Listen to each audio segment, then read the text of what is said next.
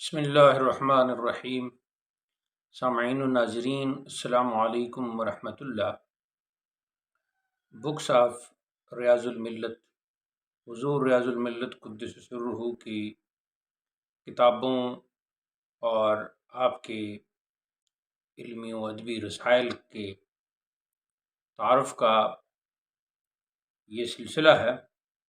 اس سے قبل ہم مجموعی طور پر نسیم شریعت کا تعارف کروا چکے ہیں، جس میں حضرت کے 16 کتب و رسائل کو مرتب کر کے شائع کیا گیا ہے۔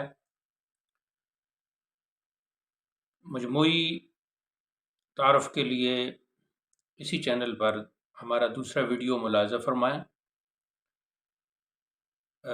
ہماری یہ گزارش ہوگی سامعین و ناظرین سے کہ چینل کو سبسکرائب کریں، ویڈیو کو لائک کریں، شیئر کریں، دوستوں تک لنک پہنچائیں۔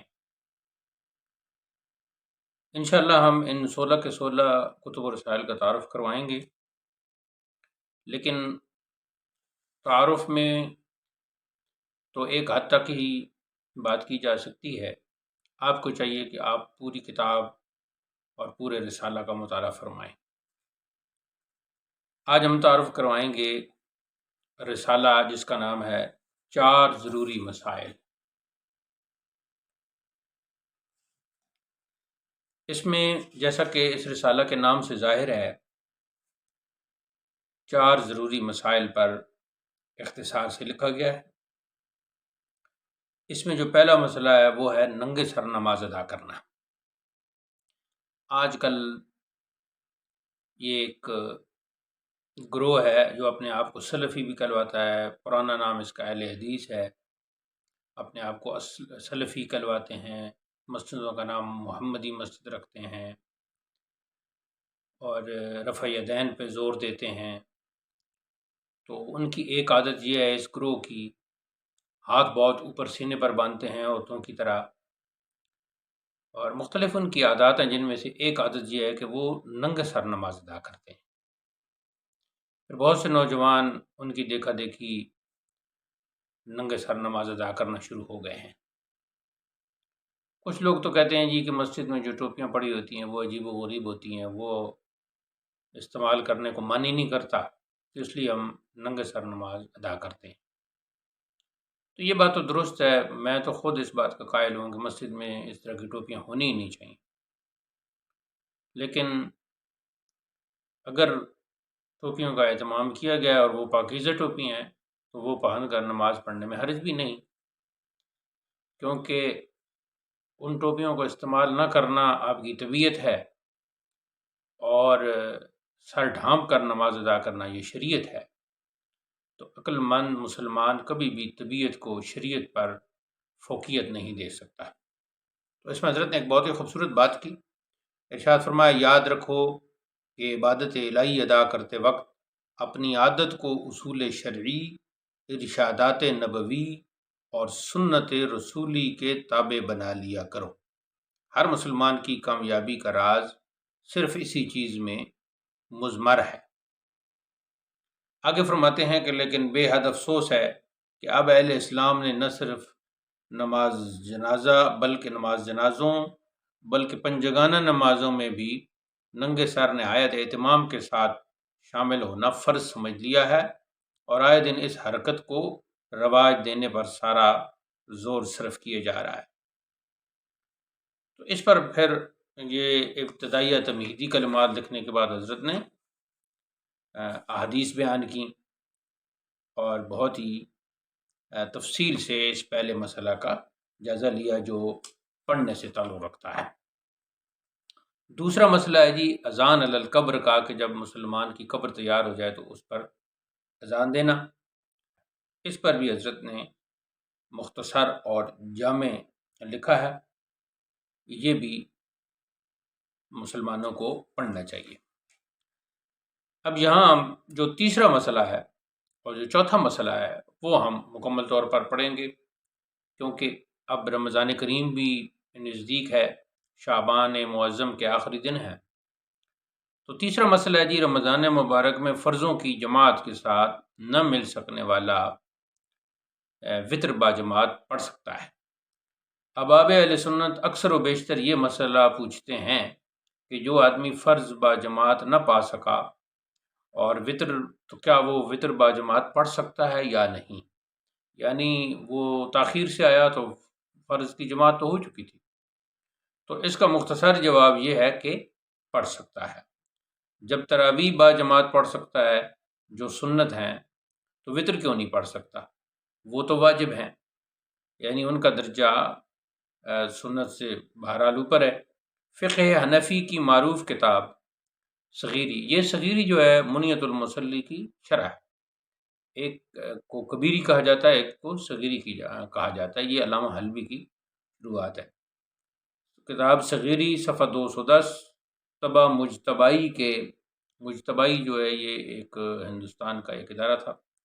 الفاظ اس سلسلہ میں یہ ہیں، آگے عربی عبارت لکھی اور اس کا پھر مفہوم بیان کیا، یعنی جس وقت فرض امام کے ساتھ نہ پڑھے ہوں تو کہا گیا ہے کہ تراویح اور وطر بھی امام کے ساتھ نہ پڑھے، اور صحیح یہ ہے کہ مقتدی ان دونوں صورتوں میں امام کے ساتھ پڑھ سکتا ہے۔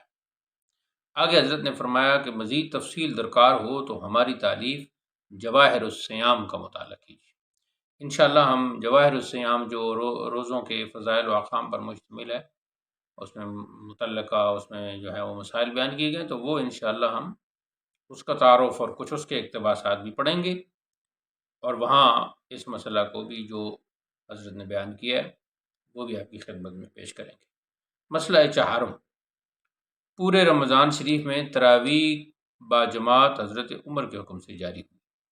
تراویح کے بارے میں اکثر نزاع جاری رہتا ہے، بحث ہوتی رہتی ہے۔ ایک تو اسی مجموعہ میں حضرت کا رسالہ 20 تراویح کے ثبوت پر مشتمل ہے، اس کا بھی ہم تعارف کروائیں گے اور کچھ اس میں سے اقتباسات آپ کی خدمت میں پیش کریں گے۔ تو وہ تو مکمل رسالہ اسی موضوع پر ہے، لیکن اس 4 ضروری مسائل رسالہ میں چوتھا مسئلہ اس حوالے سے ہے۔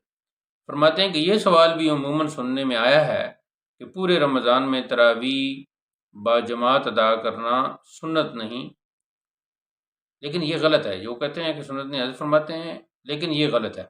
حضور سید عالم صلی اللہ تعالیٰ علیہ وسلم کا ارشاد گرامی ہے کہ میری اور میرے خلفائے راشدین کی سنت کو اپنے اوپر لازم سمجھو، اور ظاہر ہے کہ خلفائے راشدین کی اکثریت نے اس پر پابندی کے ساتھ عمل فرمایا ہے، اور خود رسول کریم علیہ الصلوۃ والتسلیم نے نہ صرف پڑھی بلکہ اسے بہت پسند بھی فرمایا۔